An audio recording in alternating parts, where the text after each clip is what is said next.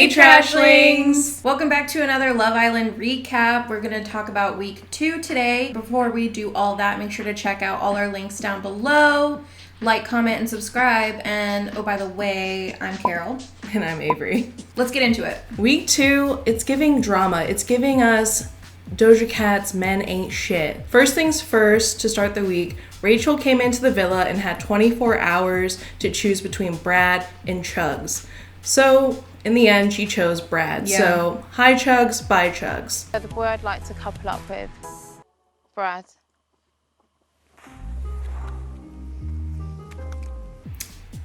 I'm really sad about it. I was not happy about it. Brad grafted onto her really hard. I feel like she felt like a better connection with him, but I feel like, you know, as the weeks went, as like the days progressed, we're seeing true colors in Brad, let's be honest.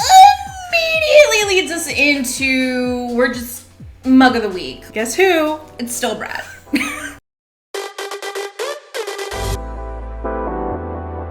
So after Muggs, aka Brad, literally secured his spot in the villa with Rachel, he laid it on really heavy. He was like, oh my God, you're my type. Like, no one's come in and made me feel this way. You're exactly my type. The dog feature, someone that is more towards my type is now in here that I'm attracted to. Then all of a sudden, literally secured his spot. It was like right after the recoupling, and then like the next morning he was just like, we're friends. Like, you should get to know other people. Which made me feel like he wanted to be in a couple and whatever. But today he was like, you should really consider like cracking on with some other people. She's devastated. Like, poor Rachel. Like, she was really like, you could tell this girl was really starting to like him. She was like, oh my God, he's so hot. Yeah. Like, yada, yada, yada. It's how all the girls feel about Brad until they really get to know him. What a dick. He definitely let her on. Like, not cool. And I just see this becoming a pattern with Brad, and we'll definitely get more into that as the week progresses. But because of that, he is the mug of the week. All right, so no Islanders.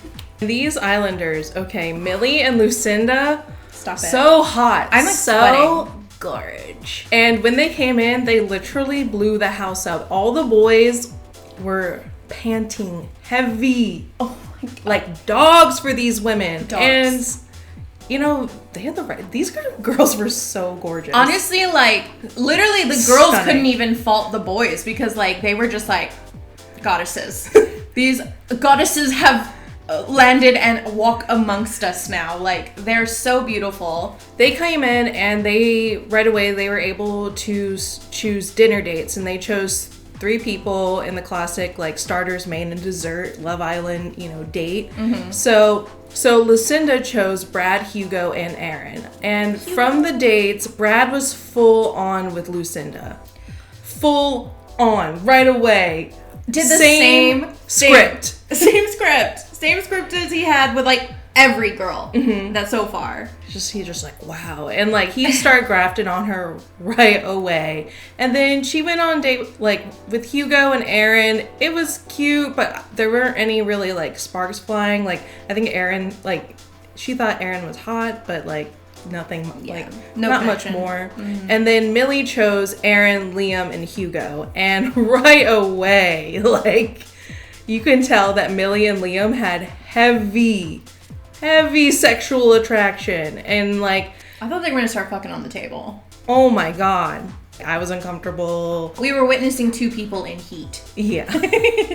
Same thing with like Aaron and Hugo. Like there was a little bit more chemistry with Millie and Aaron, but I don't think nothing came from it. And like poor Hugo is just too nice and too sweet, I think, that no girl like wants to go for him. For a hot second, Lucinda was also feeling Hugo because he's just so nice, and she was saying that she is looking for something serious, and I think Hugo is legitimately looking for someone like real. Yeah. Nothing for Hugo again. We have a lot of drama to go over right from this week. And the first one was It has to do with our boy Hugo. Our poor boy Hugo. He had a little mishap. So he kept saying the word fake in regards to girls have surgery. Eggy blonde and not fake. That word keeps getting thrown around, doesn't it? It's ignorant as fuck. But at the end of the day, like Sharon and Faye did not like it very much. They took offense to it, and there was kind of a little blow up about it because Sharon was treating like Hugo and like a really like.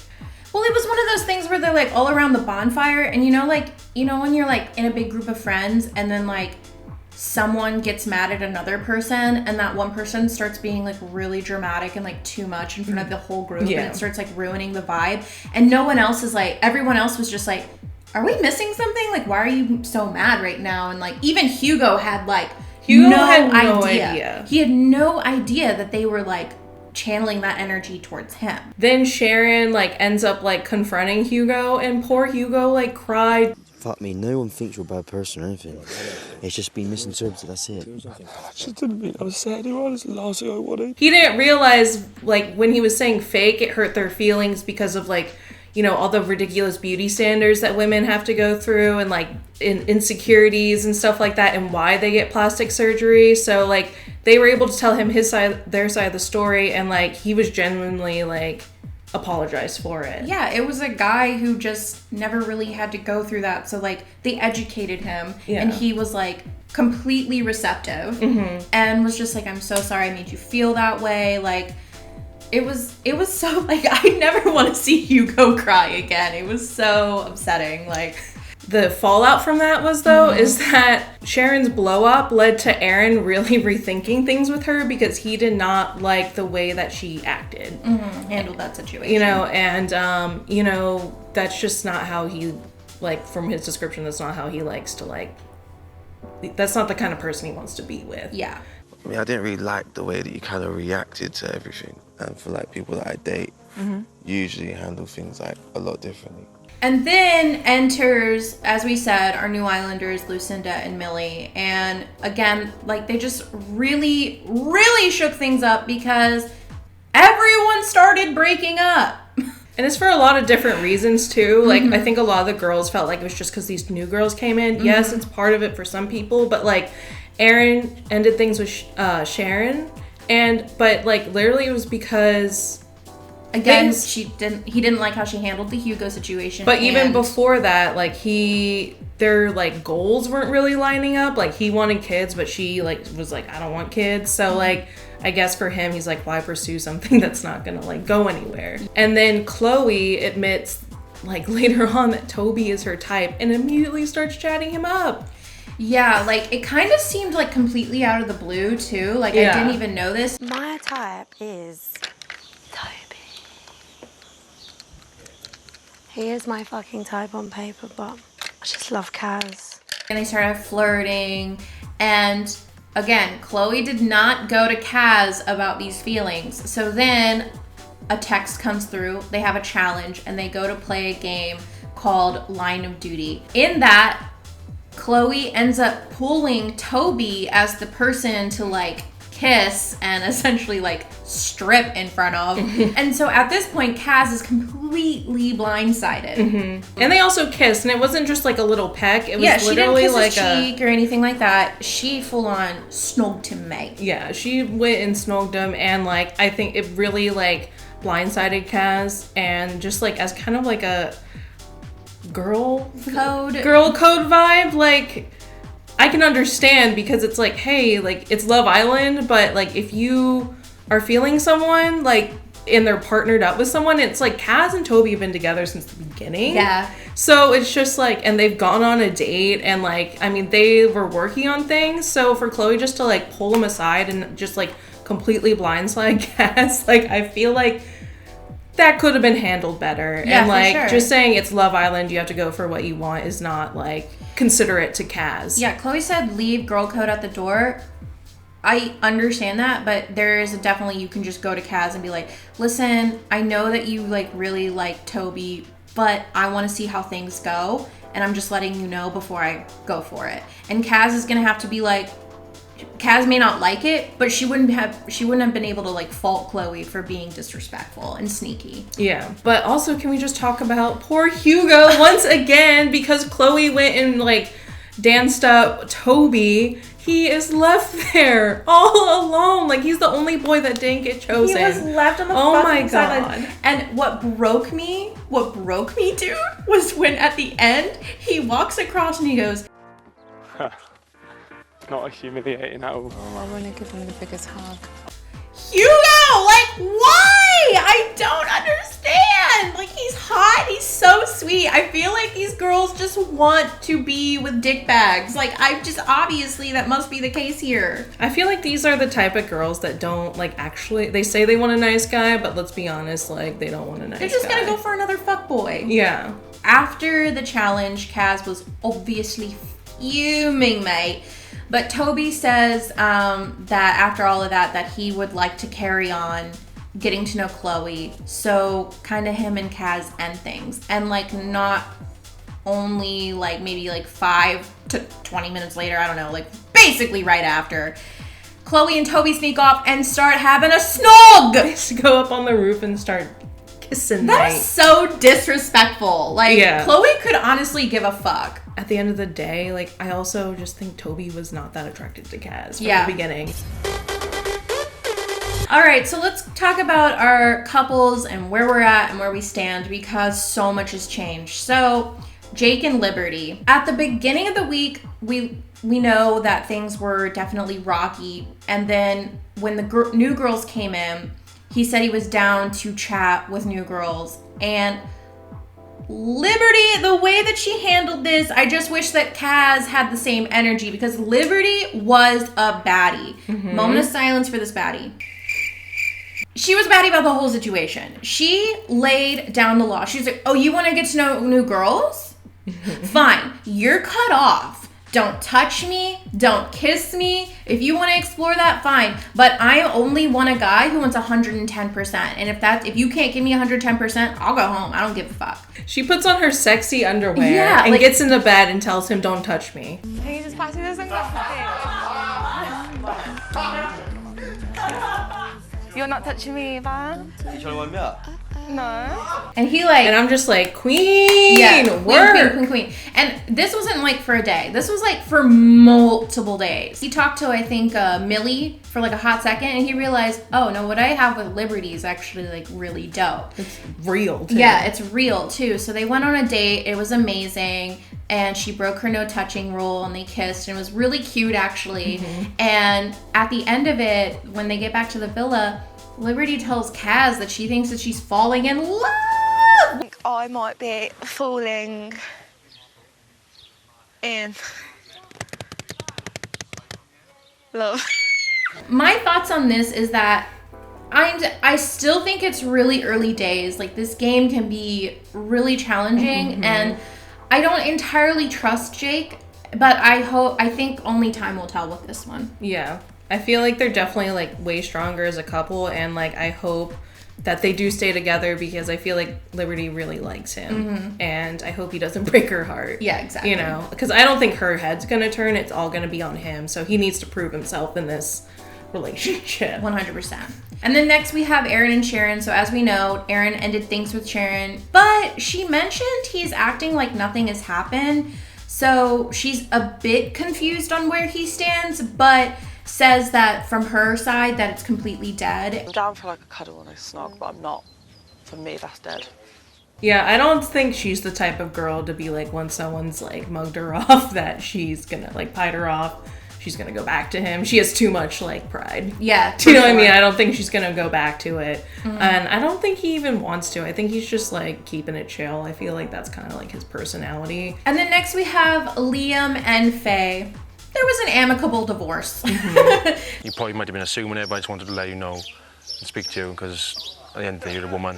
You know, you can see it, like, and I don't hold anything against you or Millie. Faye could see that Liam and Millie definitely had a stronger connection, and you could, I mean, the sexual tension between them was extremely obvious. And Liam and Faye, like, Faye knew, like, this wasn't gonna go anywhere. Like, they weren't really feeling each other. They had nothing in common. I just kind of want to point out, because Liam, like, he was not my favorite at the start. I did not like this boy at all. But can we just talk about how respectfully he handled this? Oh my gosh, yes. Amazing. Him and Millie have been like giving each other sex eyes for the past few days, but like they have not kissed in front of Faye, like at all. Like they've been so respectful. And this was Liam's idea. Yeah, and he like had several discussions with Faye, like, hey, I don't think this is going anywhere, and like, you know, be respectful. Yeah, and so like they aren't like the way he's handled this is like how you should handle a situation if things aren't working out. Both really want to snog each other.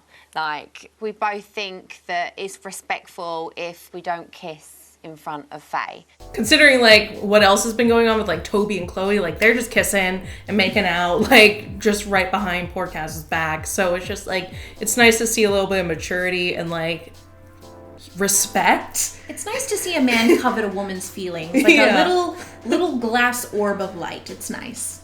So then Brad and Rachel, dead. He used this poor girl to keep his spot in the villa, and as soon as a new girl came in that was more his speed, he's like, Lucinda, that's the girl for me. Rachel put all her eggs in the wrong basket. This poor girl's heartbroken though. Like, I'm sorry, but Rachel's a bit of a crybaby. Like, I think she's wonderful, but she's a little bit of a crybaby. I mean, like, come on. It's like, you've also known this man for like a few days. And then Toby and Kaz. Again, dead.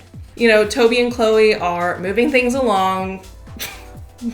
Poor Kaz. But the interesting thing about the situation is that it's kind of brought to light a little like dynamic with the girls that we haven't seen before. Like, I feel like rifts are starting to form.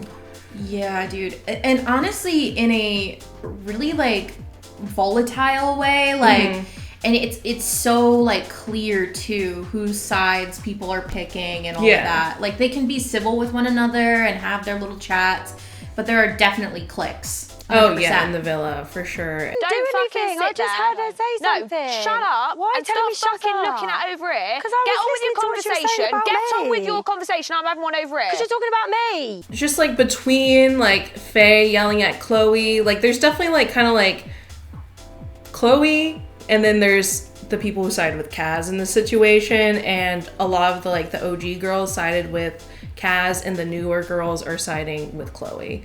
Yeah, I don't know. Like, you can just tell there's just like girl cliques, and I feel like it's all gonna fall apart here soon. Like, more drama. Yeah, more drama to come. Yeah. It's exciting. Like, essentially, like 4 couples broke up. So now you've got 4 girls who are going to be like clawing and biting each other like rabid lionesses to try and secure their spot in the villa with this new man. So I look forward to seeing how that goes. We know we have a recoupling coming up where it's boys' choice. So whatever girl is left will be dumped from the villa. And one thing that really like shook me in our final episode of the week was Lucinda actually confided in Faye and had the same concerns pretty much every single girl with Brad, except for dear old Rachel. Poor girl. Does he know anything about you, or?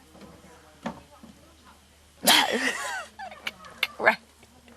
I'm not really sure, to be honest. But Lucinda may not be feeling Brad anymore. She actually expressed that she regretted the kiss. They had a little snog. She feels like it was too fast, that he was coming on way too strong. It just leads me to wonder what is wrong with this boy's chat. Like, literally, he says he hasn't had sex in 2 years, and I'm just like, it's probably because no girl will put up with him like longer than 2 days. Yeah, he's like milk or something. Like, leave him out for 2 days on the counter, he spoils. Done. And then we finish the episode with Teddy! Teddy! We have a new boy. He's coming to the villa, and he is going to be taking 4 girls out on a date on the Hideaway Terrace. So we'll see who he chooses, because there's a lot of girls in here that are looking for somebody new. I don't feel like anyone else in the villa has like connections with anyone who's there right now. So like this new guy he's tall, dark, and handsome. So like It's bound to be a few girls type. So yeah, it's gonna be a lot of grafting, and it's gonna be exciting. I'm excited for it. I'm also excited to see who's gonna freaking go make their pitch to Hugo. You know what I mean? So I'm just waiting for that to fall out. Things are so like hovering in the air that we don't necessarily feel comfortable making predictions right now, because again, we have 4 girls who like literally have no secure place in the villa. Like, that's crazy. That's a big number. But I would love for Lucinda to be like, you know what, Brad's not my guy. I should give Hugo another chance, because she was feeling Hugo during the starters, just mains, and give dessert. Hugo a chance. And it would actually send me to the goddamn moon if Lucinda was like, Hugo, please. Because Hugo would choose her. And like, imagine Brad, he'll feel like he'll be like, Hugo gets the hot girl? What the fuck? That would just send me, like, that would just give me my Love Island fantasy, to be honest with you. Like, give me that, please, please, please, please. That's it, guys. That was week 2. It was heavy with drama. There was a lot going on. So we hope you guys liked this video. We hope that you guys, like, let us know how, if you're watching the season along with us, let us know how you're feeling down in the comments below. And yeah, you know what to do. Check out all of our stuff. Like, comment, and subscribe. And we'll see you guys in the next video.